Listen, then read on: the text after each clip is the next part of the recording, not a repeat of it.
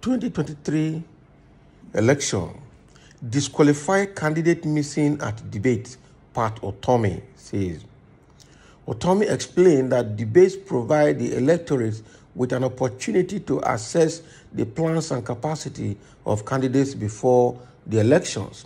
He said the fortunes of South Korea were turned around because the Electoral Commission was so despondent about the quality of their politics that they decided that the thing that should matter the most for elections are debates between candidates, he said. So it became entrenched in the conventions of South Korean politics. Before anybody goes to an election, they would have had a series of debates on the streets, in town halls, on televisions to define South Korea elections. Once debates came to define elections, money bags and all kinds of criminals and charlatans ran away, and their electoral process became one of a sustained, enormously developed country. So any politician that refuses to make this fundamental contribution to the democratic process should be considered unfit, unable, and unwilling to participate in the democratic process, he said. So according to Utomi, if the Independent National Electoral Commission does not have the courage to disqualify such a candidate, the electorate should do so on election day.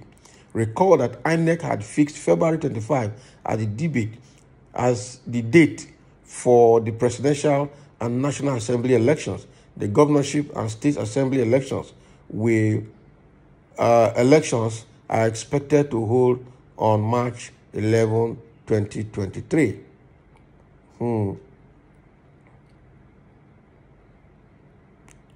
So what is happening here is that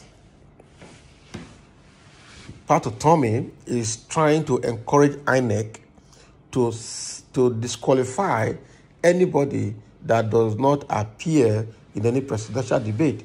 And Pat Utomi went further to cite the case of South Korea here. That South Korea had this same problem, but they had to entrench the need for debates across all political candidates.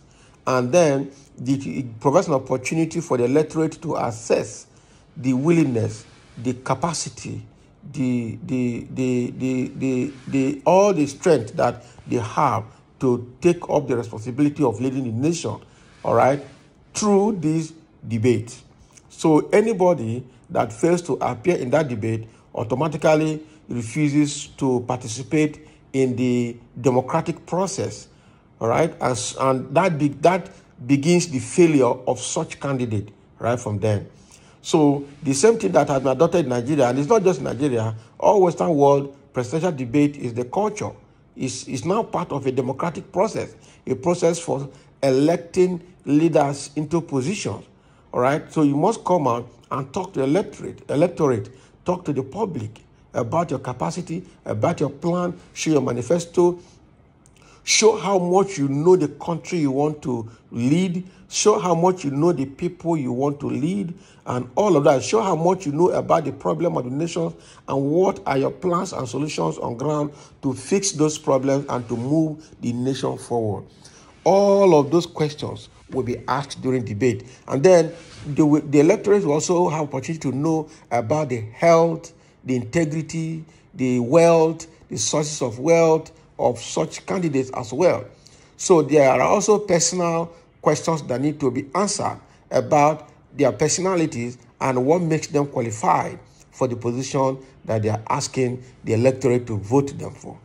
All right. But in the case of Nigeria, starting with this debate that was organized by Arise TV, we saw what transpired, where some candidates did not come, especially Atiku and Tinubu, and they sent their deputies or their vice presidential candidates to be there.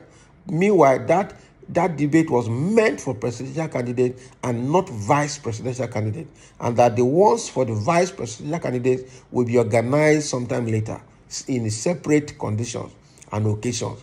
All right. So, and now at the end of that incident, we saw how Tinubu is saying that he will never attend any debating contest, and he will also never attend any presidential campaign rally. He will only attend selected town hall meetings and stakeholder meetings. How? Meaning that he doesn't want to be asked questions about his person and about his capacity and capability to lead the nation. Atiku also wasn't there, all in the name of having a crucial thought to make somewhere. I'm sure he must have been in his house at Dubai, watching it and laughing at them. Meanwhile, he sent to Kowa to come and represent him. But the Kowa had a bash that he desired, or that it deserved, because he was not meant to be there. He was not meant to represent his principal. He was probably meant to be there just to witness and possibly ask questions, but not to represent his principal. That is the truth. So it was Atiku that actually put him in the line of fire for that, in that occasion, by sending him there to represent him. That is not a good one. So Pat Utomi has said here, encouraging Inec that any presidential candidate that fails to attend any debate should be disqualified immediately. And he's saying here that if Inec does not have the lever or fail to have the courage to disqualify such persons, the electorate should disqualify such persons using their votes on the election day. It means that anybody that fails to appear in any presidential debate to tell us how he can lead the nation should not be voted for. Because it means that we don't know such person, we don't know their plans, and all the doubts that are being developed about such persons are not cleared. So such persons are not the best candidates to be voted for. And that is where it should go. So Pat Utomi's idea is the best. We are not going to sue anybody to court. We are not going to go and fight on the street.